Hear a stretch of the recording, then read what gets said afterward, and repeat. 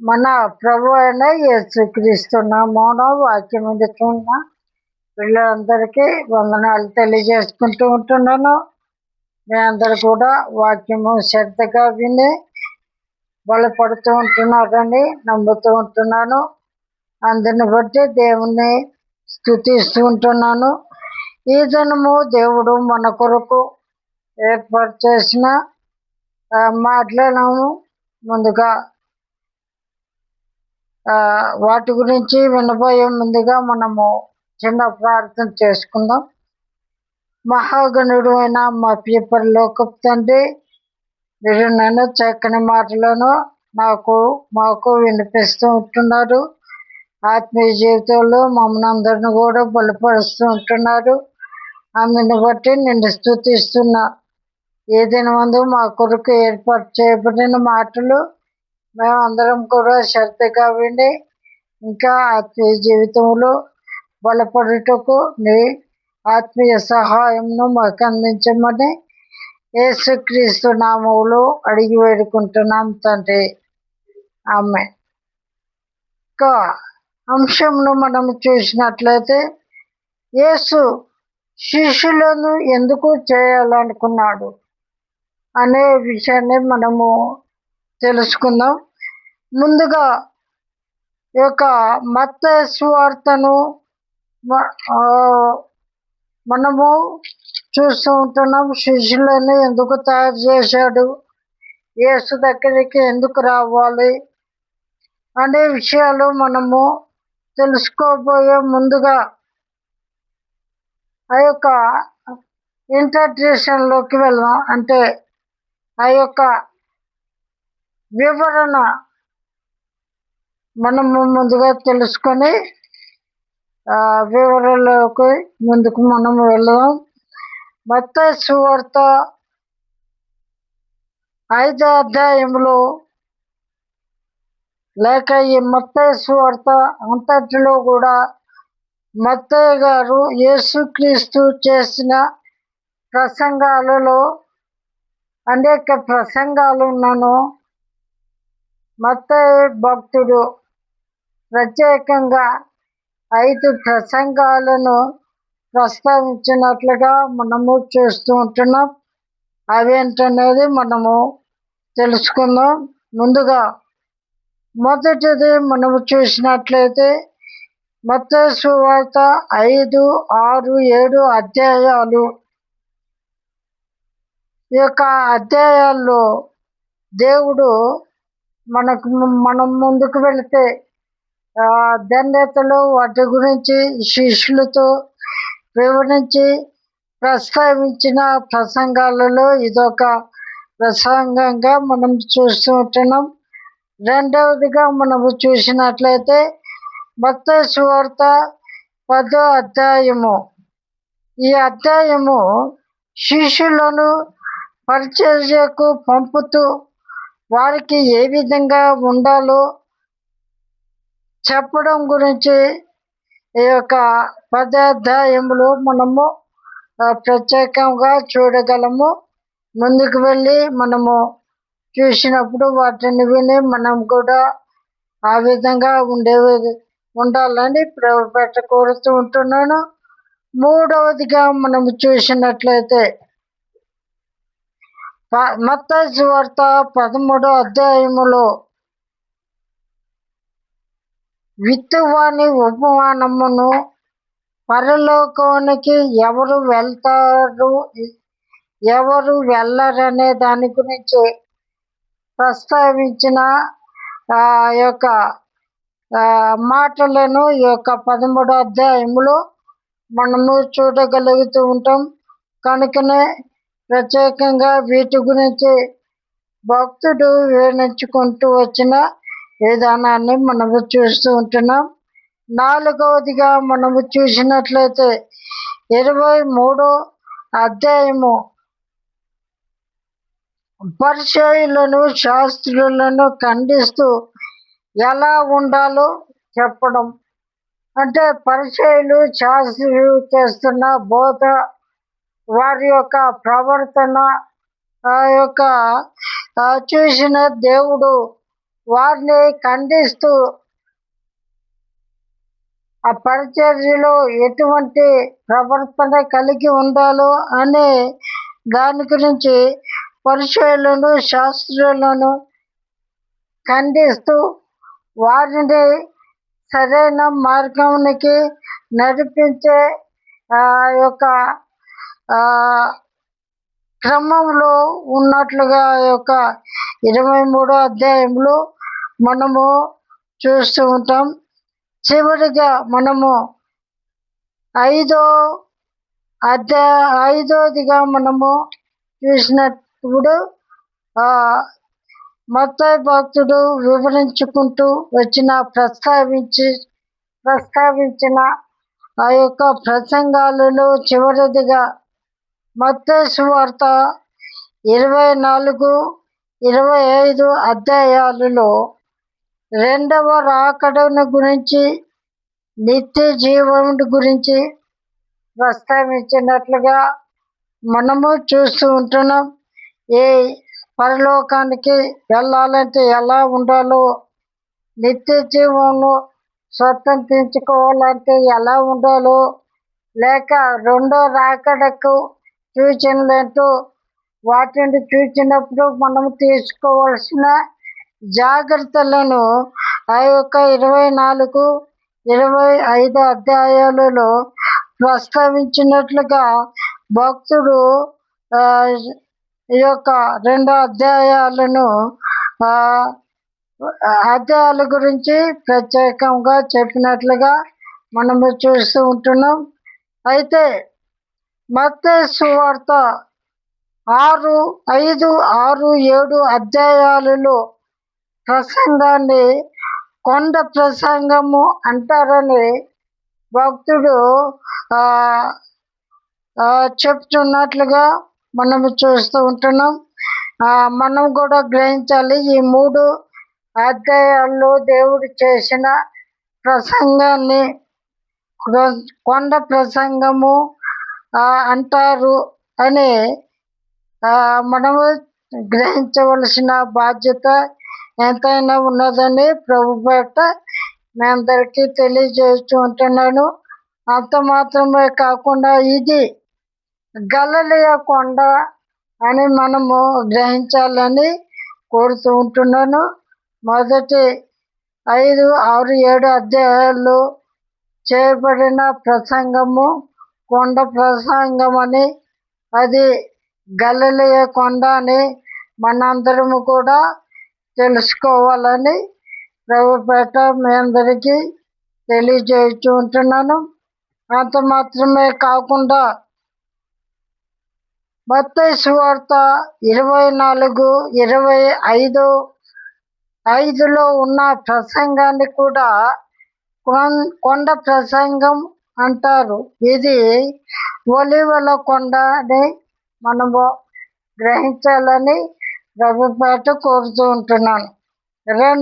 యొక్క రెండవ రాకడను గురించి, ఆ రెండవ రాకడలో మనము ఎటువంటి స్వభావం కలిగి, ఎటువంటి సిద్ధపాటు కలిగి ఉండాలి అని చెప్పిన ప్రసంగము కూడా కొండ మీదే చేయబడి ఉన్నది. కానీ ఇది ఒలీవల కొండ అని మనము గుర్తించాలని ప్రభుపేట కోరుతూ ఉంటున్నాను. అంత మాత్రమే కాకుండా ఇక్కడున్న ఒక ప్రత్యేకత ఏంటంటే, ఇక్కడ నుండి యేసుక్రీస్తు ప్రభుల వారు శిలువ మరణం పొంది పునరుత్థానుడై తిరిగి లేచిన తర్వాత మరి అనేక మంది శిష్యులకు, అనేక మందికి కనబడి చివరిగా తండ్రి యొద్దకు ఆరోహణమైనప్పుడు ఈ యొక్క ఒలీవల కొండ నుండి ఆరోహణమై వెళ్ళాడని మనము గ్రహించాలని ప్రభుపేట కోరుతూ ఉంటున్నాను. అంత మాత్రమే కాకుండా ఈ యొక్క మత్తయి సువార్త 5, 6, 7 అధ్యాయాల కొండ ప్రసంగంలో ముఖ్యంగా జన సమూహములు వచ్చినప్పటికీ ఆయన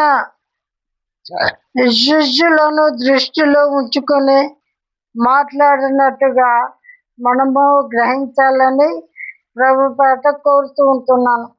ఎందుకంటే వేలాది జనులు వచ్చినను ప్రత్యేకంగా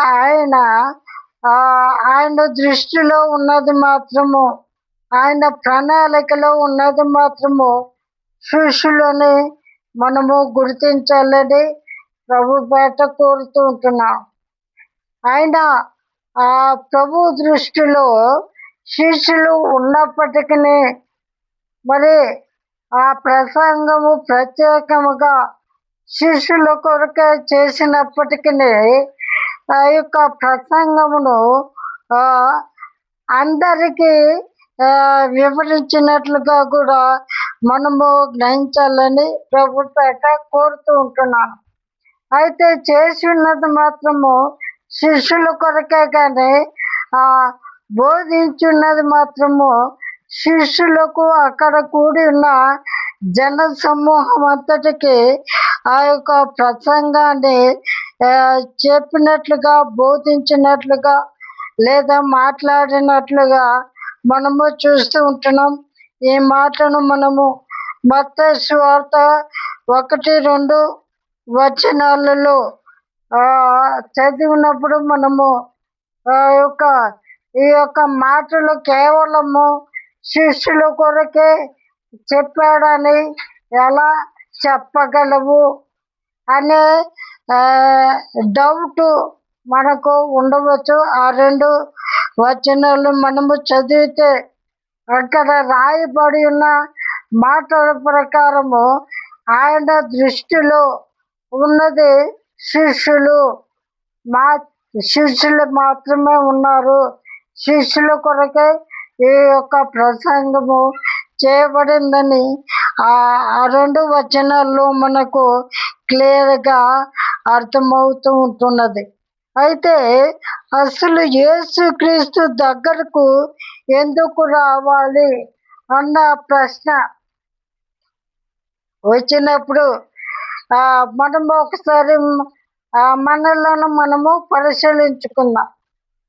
అసలు యేసయ్య దగ్గరకు ఎందుకు రావాలి, లేదా మనం ఎందుకు వస్తూ ఉంటున్నాం?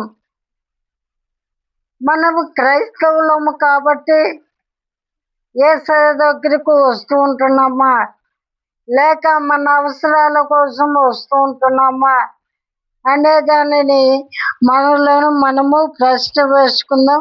ముందుకు వెళ్ళినప్పుడు వాటిని మనము క్లియర్గా మనము ప్రభు కృపను బట్టి బోధించుకునే అవకాశము మనకు ఉన్నది. అయితే కొన్ని విషయాలు తెలుసుకుందాం.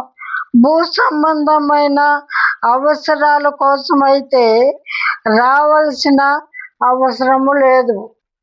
భూ సంబంధమైన అవసరాల కోసము ప్రభు దగ్గరకు మనము రావాల్సిన అవసరం లేదు. కానీ ఆయన దగ్గరకు మనము ముఖ్యంగా ఎందుకు రావాలి అని మనము చూసినట్లయితే పాప క్షమాపణ కొరకు, రక్షణ కోసము, నిత్య జీవం కోసము ప్రభు దగ్గరకు మనము వీటి కొరకే ముఖ్యంగా ఆయన దగ్గరకు రావాలి. కానీ లోకంలో వ్యర్థమైన వాటి కొరకు మనము ఆయన దగ్గరకు రావాల్సిన అవసరము లేదు. ఎందుకంటే మనము రక్షణ కొరకు, నిత్య జీవం కొరకు ఆయన దగ్గరకు వచ్చినప్పుడు ఇవన్నీ కూడా మనకు అనుగ్రహింపబడతాయని మత్తయి సువార్తలు మనకు చూస్తూ ఉంటాం. మొదట ఆయన రాజ్యమును, ఆయన నీతిని వెతకండి, అప్పుడు అవన్నీ మీకు అనుగ్రహింపబడును అని. అంటే ఈ లోక అవసరాలన్నీ మనకు తీర్చబడుతూ ఉంటాయి, మనం అడిగినా అడగకపోయినా. కాబట్టి మనము ప్రత్యేకంగా రక్షణ కొరకు, పాప క్షమాపణ కోసము, నిత్య జీవంలో మనము ఆయనతో కలిసి ఉండాలన్న ఆశ కలిగి యేసు దగ్గరకు రావాలని ప్రభు పట్టుకోరుతూ ఉంటున్నాను. ఆయన ఈ లోకానికి మనుష్య రూపిగా వచ్చిన కారణము కూడా అదే.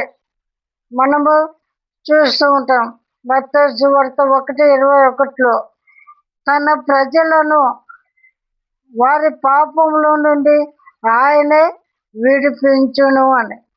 తన ప్రజలను పాపం నుండి విడిపించడానికి వచ్చాడని మనము మత్తయి సువార్తలో చూస్తాం. లూకా సువార్తలో కూడా మనం 19:10 చూస్తూ ఉంటాం. నశించిన దానిని వెతికి రక్షించుటకు మనుష్య కుమారుడు లోకమునకు వచ్చాడని ఈ యొక్క అధ్యాయాలలో మనము చూస్తూ ఉంటాం. ఇంకా కిందకి వెళ్ళి మనం చూసినట్లయితే యేసుక్రీస్తు ఎందుకు స్వస్థతలు చేశాడు అని మనము గ్రహించినట్లయితే, ఈ లోకంలో మనము బైబిల్ గ్రంథము చదివినాను, మరి కరుణామయుడు, దయామయుడు, ఈ యొక్క దేవుని యొక్క సినిమాలు చూసినప్పుడు అనేక స్వస్థతలు చేసినట్లుగా మనము కరుణామయుడు వీటిలో చూస్తూ ఉంటాం. బైబిల్ గ్రంథంలో కూడా ఆయన అనేకులను స్వస్థపరిచినట్లుగా, అనేకులను సాతాను బంధకాల నుండి విడిపించి, వారి యొక్క బంధకాల నుండి విడిపించి వారికి స్వస్థతలు కలిగించినట్లుగా మనము చూస్తాం. అయితే ఇవన్నీ కూడా ఎందుకు చేసి ఉన్నాడు అని మనము గమనించినట్లయితే, మనము ఆయనను నమ్మి మారు మనసు రక్షణ పొంది నిత్య జీవంలో ఉండాలని. హల్లెలూయా. ఆయన గొప్ప కార్యాలు చేశాడంటే ఆయన దైవ కుమారుడు, సర్వాధికారము కలిగిన వాడు, సర్వ సృష్టికర్త అని మనము తెలుసుకొని ఆయన దగ్గరకు వచ్చి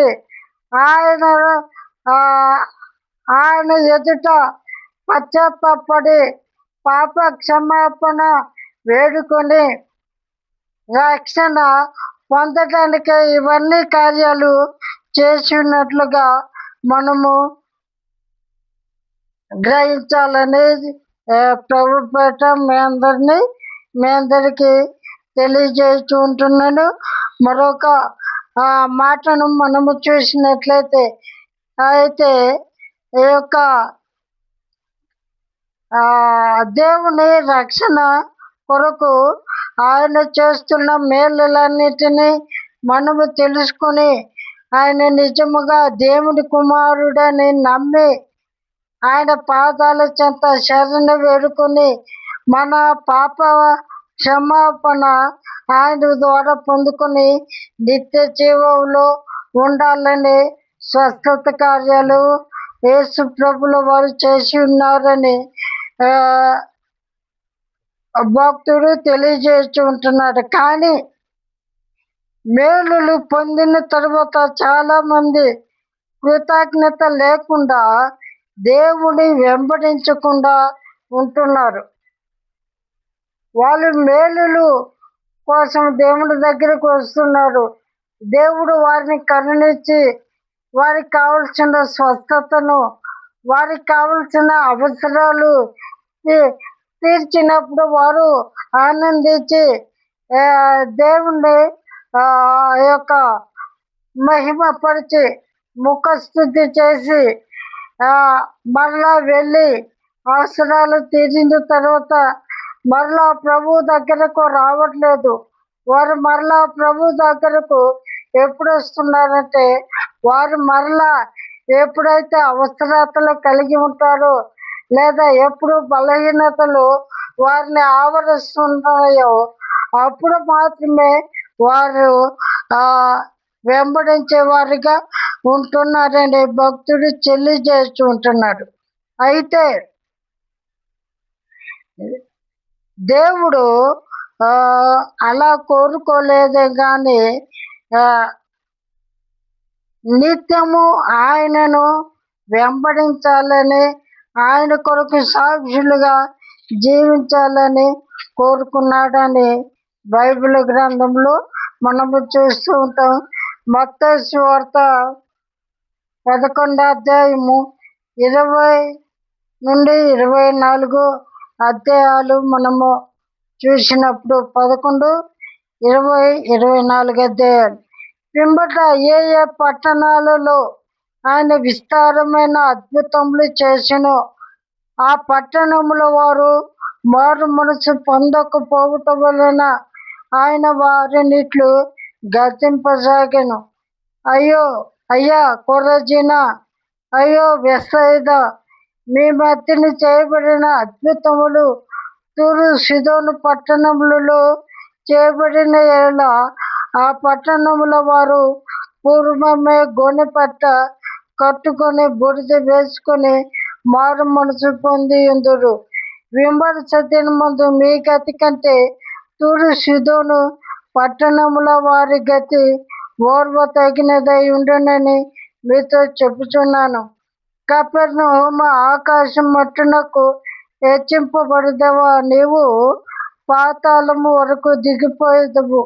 నీలో చేయబడిన అద్భుతములు సొదొమలో చేయబడిన యెడల అది నేటి వరకు నిలిచిండును. విమర్శ దినమందు మీ గతి కంటే సొదొమ దేశపు వారి గతి ఓర్వ తగినదై ఉండునని మీతో చెప్తున్నాను. ఇక్కడ తూరు సీదోను పట్టణముల వారిని ఆ యొక్క గద్దిస్తూ ఉంటున్నట్లుగా మనము చూస్తూ ఉంటున్నాం.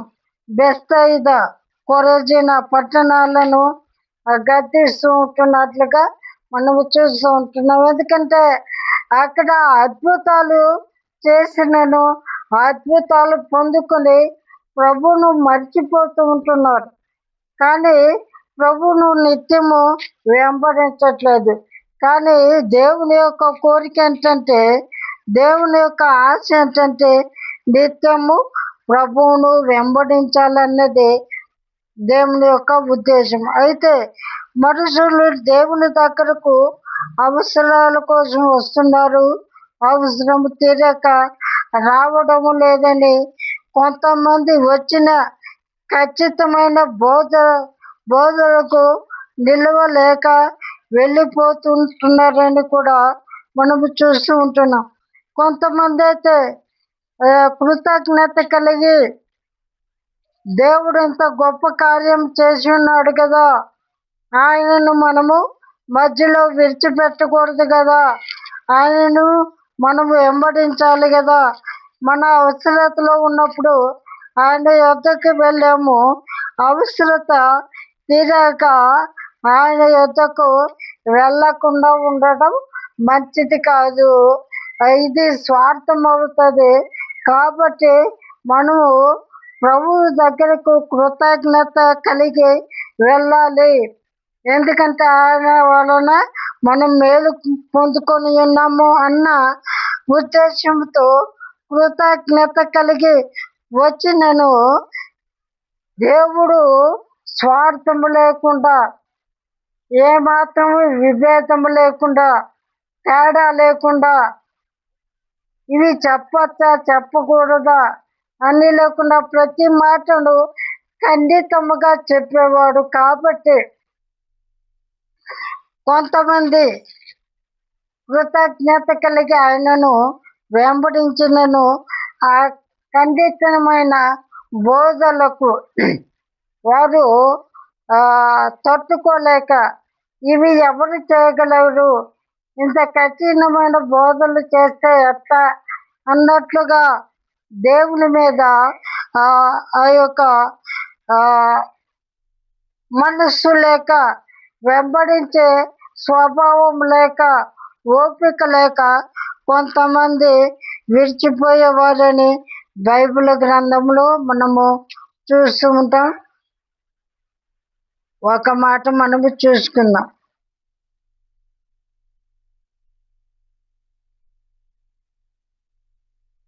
ఆరో అధ్యాయము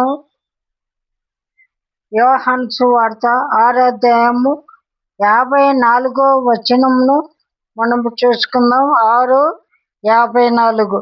నా శరీరం తిని నా రక్తం త్రాగువాడి నిత్య జీవము గలవాడు, అంత్య దినమున నేను వానిని లేపుదును.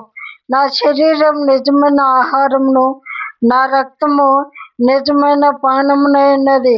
నా శరీరం తిని నా రక్తం త్రాగువాడు నాయందును, నేను వాని యందును నిలిచియుందును. జీవము గల తండ్రి నన్ను పంపెను గనుక నేను తండ్రి మూలముగా జీవించినట్లే నన్ను తినువాడు నా మూలముగా జీవించునిదే పరలోకము నుండి దిగివచ్చిన ఆహారము. పితరులు మన్నాను తిని చనిపోయినట్టు కాదు, ఈ ఆహారం తినవాడు ఎల్లప్పుడూ జీవించునని నిత్యముగా మీతో చెప్పుచున్నాను. ఈ మాటను మనం చూసినట్లయితే ఆ మాటకు ఆత్మీయ అర్థము వారు తెలుసుకోలేక, మనము అంత కఠినాత్ములమా అని వారు అంత జ్ఞానము లేని వారు కనుక ఆ మాటను అర్థం చేసుకోలేక ఆయన శరీరాన్ని, ఆయన రక్తాన్ని మనము ఎలా తినగలము? ఇది ఖండితమైన బోధ కదా. ఇలా ఎవరన్నా చేస్తారా? మనుషుని తినే అంత మూర్ఖులమా అన్నట్టు ఆలోచించారేమో, మనకైతే తెలియదు. కానీ దేవుణ్ణి ఆ కారణాన్ని బట్టి వెంబడించలేదని మనము చూస్తూ ఉంటున్నాం. అలాగే 6వ అధ్యాయము 60వ వచనము నుండి 66 వచనాలు కూడా మనము చూసుకుందాం. చివరిలోకి వచ్చేసాం మనం. ఆయన శిష్యులలో అనేకులు ఈ మాట విని, ఇది కఠినమైన మాట, ఇది ఎవడు వినగలడని చెప్పుకునేది. యేసు తన శిష్యులు దీనిని గురించి సణుకొనుచున్నారని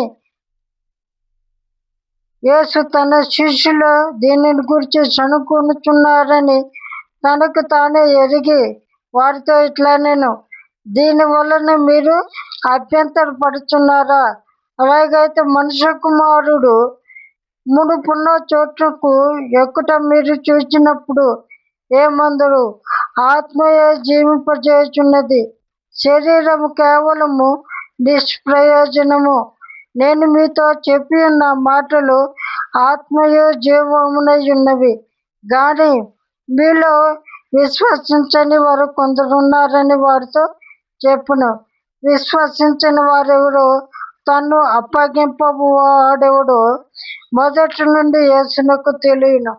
మరియు ఆయన తండ్రి చేత వానికి కృప అనుగ్రహించుట చేత ఎవడును నా ఎదుకు రాలేడని ఈ హేతువును బట్టి మీతో చెప్పి తిన్నాను. అప్పటి నుండి ఆయన శిష్యులలో అనేకులు వెనుక తీసి మరి అన్నడును ఆయనను వెంబడింపలేదు. ఈ మాటను బట్టి మనం చూసినట్లయితే కొంతమంది స్వార్థముతో మేలు పొందుకొని వెళ్ళిపోయారు.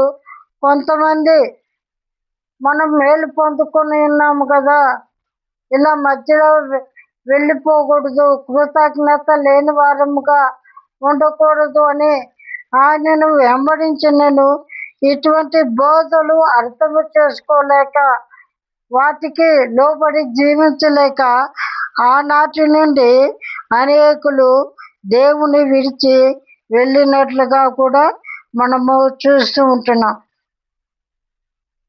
అయితే మనము చూసినట్లయితే శిష్యులను దేవుడు ఎందుకు తయారు చేయాలని అనుకున్నాడంటే, ఇటువంటి కార్యాలు జరుగుతున్నాయి.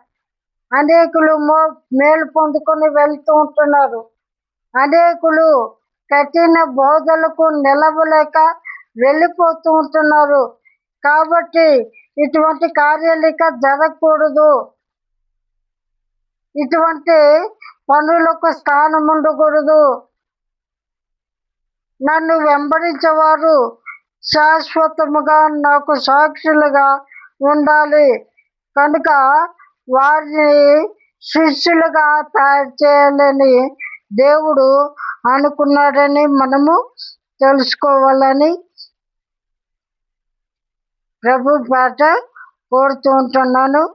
అయితే